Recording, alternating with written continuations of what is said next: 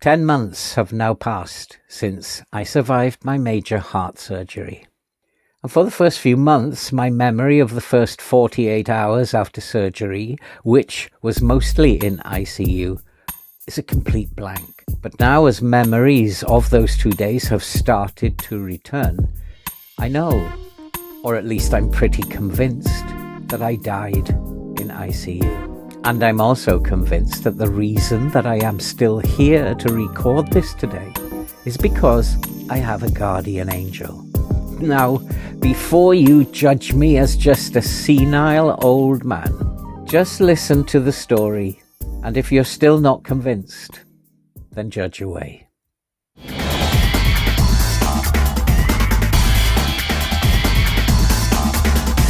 A couple of days after being back in the ward, when I had the first memory of the bright white light, the brightest white light that I can recall ever having seen. It was so bright, it was blinding.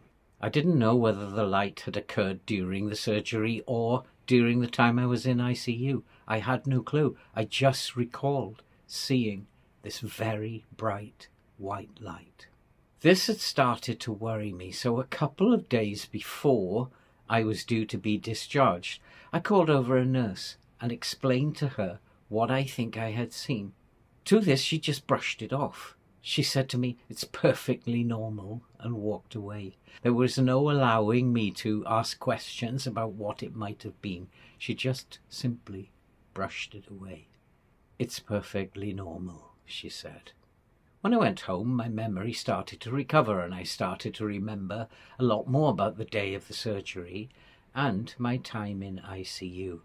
And what I do remember about my time in ICU was on 2 occasions standing up and shouting, help me, I can't breathe." Not just on 1 occasion, but I vividly remember doing it on 2 occasions. That is not possible for me to do. It is not possible to stand up in ICU. You have so many tubes and wires and cables attached to you that it would not be possible to stand up in ICU. Also, I was so weak at that time, that would have made it impossible to do as well. So, if you put that together with the bright white light and the fact that the nurse dismissed my inquiry about it at the time, what that adds up to me is that I died in ICU. And they managed to revive me, and here I am today. I am pretty convinced that I died during that 24 to 36 hours that I was in intensive care. I'm also pretty convinced that the bright white light was my guardian angel. Now, I do know, and as I said in the introduction, that you're going to think I'm just a senile old man, but just bear me out. Because there's a lot of things that have happened in my life that all add up. And I think I have seen my guardian angel now on 3 occasions, and she has been seen by someone else on 1 occasion. Let me tell you the story. As you go through life, there will be times when the path that you have chosen needs to change. Call these crossroads, junctions, places in your life where decisions have to be made. They will occur as you travel your path through your life. As you get older, you will identify several key moments in your life which changed your life, sometimes for the better, sometimes for the not so good. But sometimes there will be times where you have no control over the direction that you can take. The path that you are currently on is no longer available to you. A life event has occurred, which means that that path is now closed forever. In the life mapped out in the stars behind me, I've shown these times in red, the times when you can just continue to do exactly what you're doing, where you can choose not to divert from the chosen path. The other times which do not contain that red path, these are times when you cannot choose just to carry on. You have to change direction. And in my case, I want to focus on the times where I've had to change direction. And my journey began in my 20s, when it did seem to me at the end of my 20s that marriage was never going to be an option for me. And 2 tragic events occurred during my 20s, which I won't go into because they are very sad, but they were very tragic, which meant that marriage at that time was never going to be an option. When I was in my 50s, similar things happened, which meant that marriage could not happen. It was never an option. I was 29 when the second of these tragic events took place. And one day, shortly after it had occurred, I was sat in the back garden of my parents' home, contemplating, thinking about why me? Why is this happening to me? Where is my life going to go from here? I couldn't figure out why it had happened twice in such a short space of time. My mother, I recall, came into the kitchen to do some washing up or something, stood at the kitchen window looking out at me, when her face turned to one of shock, one of horror, and within seconds she had run out of the kitchen. Quite surprised by what had happened, I left the garden and entered the home. When I went into the living room, I found my mother crying on the sofa. Not hysterically crying, but just gently sobbing, tears falling from her eyes. When I asked her what had happened, what was wrong, she said, "It's okay. At least I know you're going to be okay." I pressed her until finally she told me that I had a guardian angel. I laughed and asked her how she knew that, and she quite angrily said, "Because I just saw her. She was standing behind you."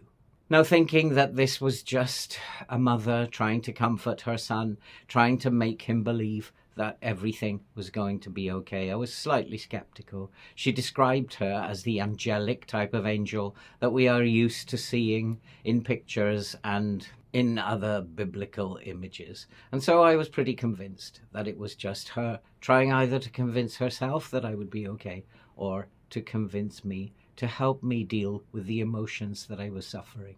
And so years later, many, many years later, on several occasions, I questioned her about it. Did she make it up just to make me feel okay?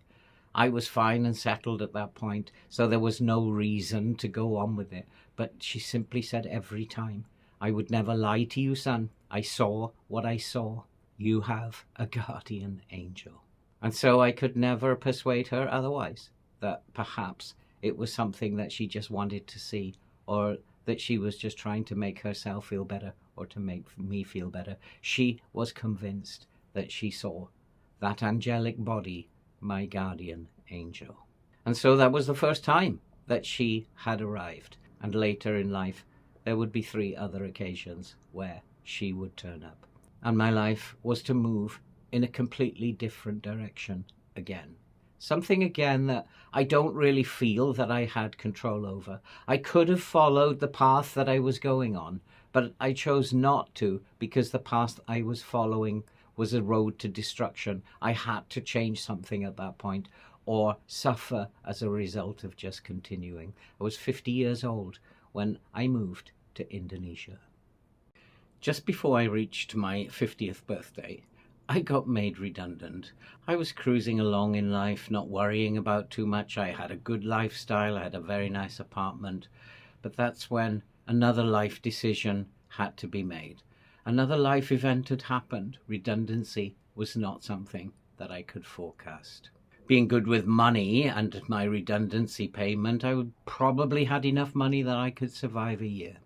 But I knew I had to get on with finding a new job. I knew that I had enough experience built up over the 50 years and felt finding a new job would be no problem. However, that was not to be the case. After searching and interview after interview, I still couldn't find a job. I was being told that I probably was overqualified. I was even being told on a lot of occasions that they were looking perhaps for someone a little bit younger. I was only 50, for heaven's sake. After about 3 months of being on the dole, I decided that I would go on holiday. I'd been chatting online to some people in a Jakarta chat room, and I decided I'm going to go and meet them. And so off I went to Indonesia for a short holiday in the summer, just to meet these people, to get out of the UK for a while, to rethink and figure out how I was going to find work when I got back. Time was starting to press on me, and money was getting shorter and shorter. I had a really good time when I was in Indonesia, but a funny thing happened to me the evening before I was due to return home. I was sitting in a bar with the friends that I had met online when out of nowhere someone approached me and asked me if I could start a job on Monday. I informed him that I was returning home very shortly, but he said, "That's okay. Can you teach?" I said, "I can teach art if that's any good to you." And he frowned, and then he said, "Can you teach English?" I said, "I can barely speak it. I don't know if I could teach it." At that point, he disappeared into the darkness from where he came. When I was on the plane on the way home, I was thinking a lot about that. I'd never heard of teaching English overseas, and so when I got home, I researched it. And I found out that with a few little qualifications, you could get a job overseas in Asia teaching English. And so that's what I decided to do. I was going to get those qualifications. It didn't cost much money. And then I would see what happened. But by September, I was on a plane to Indonesia to begin a job in teaching. I was only planning to stay a year while I figured out what I was going to do back in the UK. But a year later, I was promoted. And so having been promoted very quickly to Director of Studies, I stayed and built a career. And I spent 10 very, very nice years there. It was also confirmed while I was there in Indonesia that marriage was not an option. There was a girl that I would have married, but unfortunately her parents objected. She was never going to be allowed to marry a foreigner. So once again, marriage had been closed off as an option. After about 10 years, I decided that my time in Indonesia was up. While I still could, I wanted a new challenge. I wanted to try a different country. I still wanted to remain in Asia, but unfortunately, because of the regulations and in particular towards my age, it was proving increasingly difficult to find work in Asia. I did manage to get 2 very good jobs in Russia. I chose one, and I was about to move to Russia. And then something very strange happened. I saw an advert for a job in Vietnam, in central Vietnam, in a very small city. I applied for it, and within 2 days, I was offered the job. I loved Southeast Asia, and I wasn't ready to leave. And so I accepted the job in Vietnam, and I was Vietnam bound. And that is when things really began to take off. I arrived in Vietnam in September, and I was to meet the 3 girls who were to become a big part of my life. In late October, they had just arrived themselves in Vietnam, and we were meeting to talk about a Halloween festival. Now, I do not remember the exact date in October, but it certainly must have been at the end of October as we were there to plan that Halloween event. As you will see later, the certain date in October has become a very, very important date, and a certain time as well. Because shortly after I had met them, that is also at Christmas time that year when Anna arrived. Anna was the spirit of a young girl who came to visit me and stayed for a while. And I have already uploaded a video on that entire experience. And so if you want to watch that video, I'll leave a link to it in the description below. Anna was probably the most important time that my guardian angel turned up. Yes, I now believe that she was also my guardian angel. Anna left me with 2 numbers. One was a date and one was a time. But also, if you watch the video, you will recall that I got very, very seriously ill during the time that she was around me. I blamed her and her anger at the time for causing me to get ill. Now I think it was something different. My whole life, it had seemed, had been to get me to Vietnam at that time, so that I could meet the 3 young girls who were to become like daughters to me over time, to become now the most important people in my life. These events cannot be just coincidence. When Anna turned up, one of the questions that I always asked afterwards was, what was 2210? And why did she stay for so long? This became clear to me after my heart surgery. 2 years into living in Vietnam, I was diagnosed with my heart condition. When I spoke to the consultant in Ho Chi Minh City after several days of tests, she asked me, "When did you have your heart attack?" I didn't recall ever having a heart attack. But she told me, as was confirmed by other specialists in the UK, that I must have had a heart attack at some point. I don't recall ever having a heart attack, but I do recall being very, very seriously ill at one point during Anna's stay with me. So was Anna the second time my guardian angel turned up?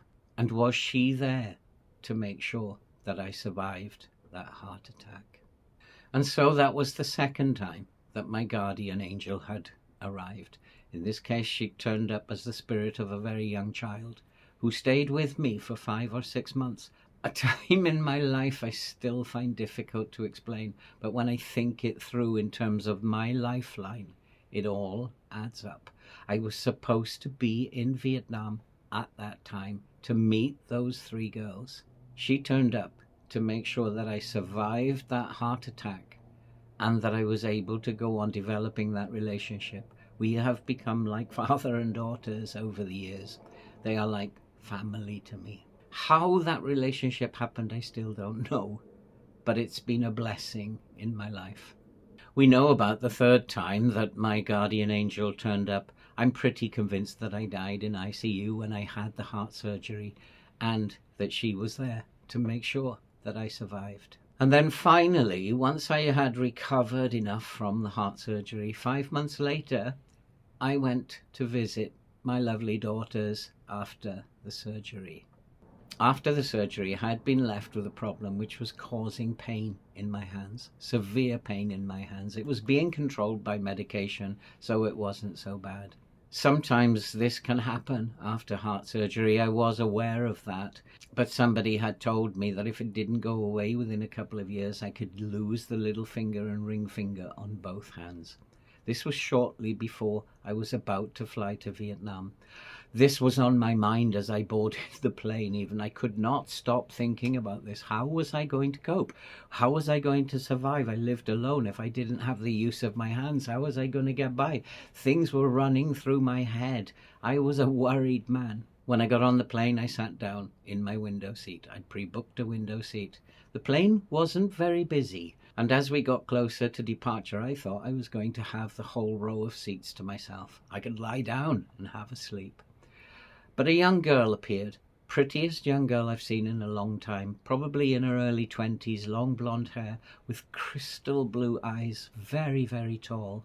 And she helped an elderly couple into their seats. She put their bags up, and then she looked for her seat, put her bag up, and sat down in the aisle seat in my row. Immediately, she started to talk to me. This was seeming very odd to me, because why would she talk to me? We were 2 seats apart, and yet she jabbered and jabbered and jabbered and never stopped, asking me this, asking me that, asking me about my life, what things I'd done, where I was going, why I was going to Vietnam. She never stopped. I told her the story of my heart surgery and how I was going to meet my 3 lovely daughters, and I told her the story of how I'd met them. She seemed enthralled, and time passed, and very soon we were being served dinner. It was a night flight, so they did that very quickly once we were in the air. During dinner, I realized that she had lost the little finger and thumb of her right hand, and she had lost both the ring finger and the little finger on her left hand. I didn't ask her about it, and very quickly after dinner was finished, she said, "I'm going to take a nap now." That was the longest nap that I have ever seen anyone take. And she woke up about 10 hours later. On waking, she immediately asked me where we were. And I told her we're almost there. The pilots just announced we're going to begin our descent. And I looked at her, at those beautiful crystal blue eyes, and I said, "You've woken up just in time." She looked at me with a very, very strange smile and said to me, "I usually do." When the plane landed, she got up and helped the elderly couple get their bags down and get them off the plane. And then she returned to the people who were already queuing up behind our row, and she stopped them from moving forward. She told them there is an old man who's been through heart surgery very recently. Show some respect and let him get off first. She then proceeded to take my bag down, held the crowds back while I got my act together, and I moved to get off the plane. As I was leaving the plane, I turned to thank her for what she had done. But she wasn't behind me, but I assumed she was still on the plane. Perhaps she was helping someone else. That's the kind of person she seemed to be. And so I walked up the ramp, and as I got to the end of the ramp, I turned and waited for her to disembark. People left the plane, people passed me, but she wasn't there. When everybody had left, I walked back down to the open door of the aeroplane and I asked the stewardess, is there anybody left? She said no, the plane was empty. I felt an insane feeling at that point. There was no way she could have got past me. She was so tall, so pretty, the most beautiful girl I've seen ever in my life. And there is no way she could have passed me at the end of the ramp. She was never on the plane, and that was the last time that I saw her. But Anna had left me two very important pieces of information. If you go and watch that video, you'll see that the numbers 2210 are very relevant and the time 2:30 is very relevant. Why had Anna left me these numbers? What was she trying to tell me? I believe that in order for certain people to discover or to do very important things for humanity, there has to be a chain of events that occur. For example, Alexander Fleming, who discovered penicillin, he had to be at that place at that time. And I believe that for that to happen, there had to be a long chain of events that would have occurred for him to be born in that place and then for him to be guided into the job that he was doing and to be in that particular place right at the exact time.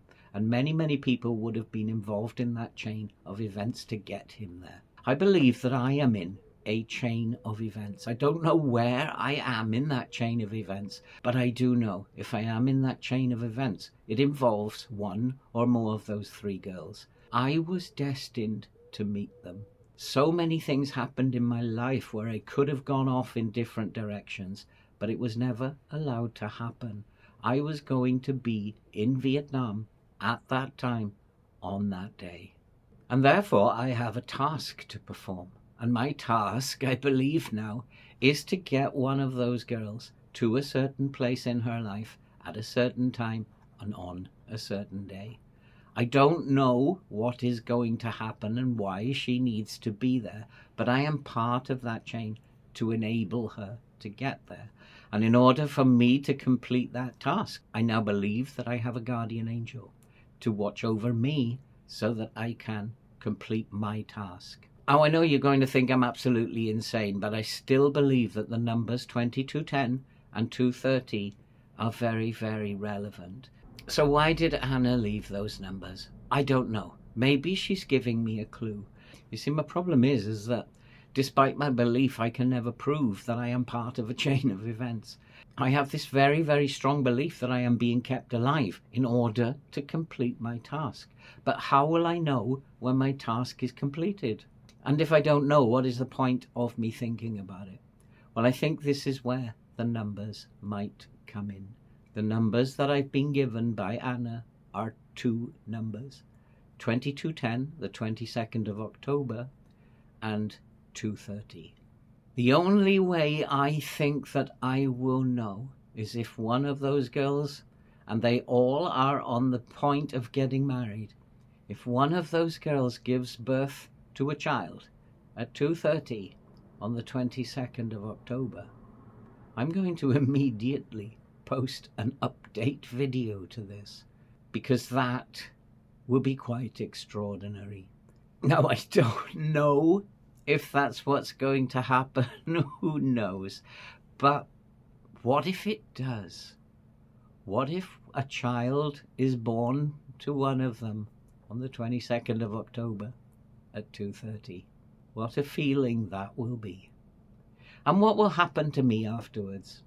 Maybe that will be my time is up, my guardian angel will disappear.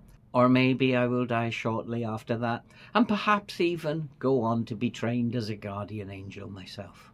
What I do know is when I think back over my timeline, the evidence is very strong. I think when we look at life and we look at things outside of our own life, and we look at perhaps that tragic airplane crash, the Air India crash, everybody died apart from one person, and he was hardly injured. Why did he survive? What has he survived before? Is he part of a chain? Part of a task that has to be completed? Am I insane? Well, I'll let you judge. I don't think I am. I might be. But I do believe that I am part of this chain. And if a child is born on the 22nd of October at 2:30 to one of those girls, I will immediately let you know. Thank you for watching. I hope you enjoyed the story. It is a true story, and it is a true reflection of what I now believe. Hopefully, I will see you all in the next video.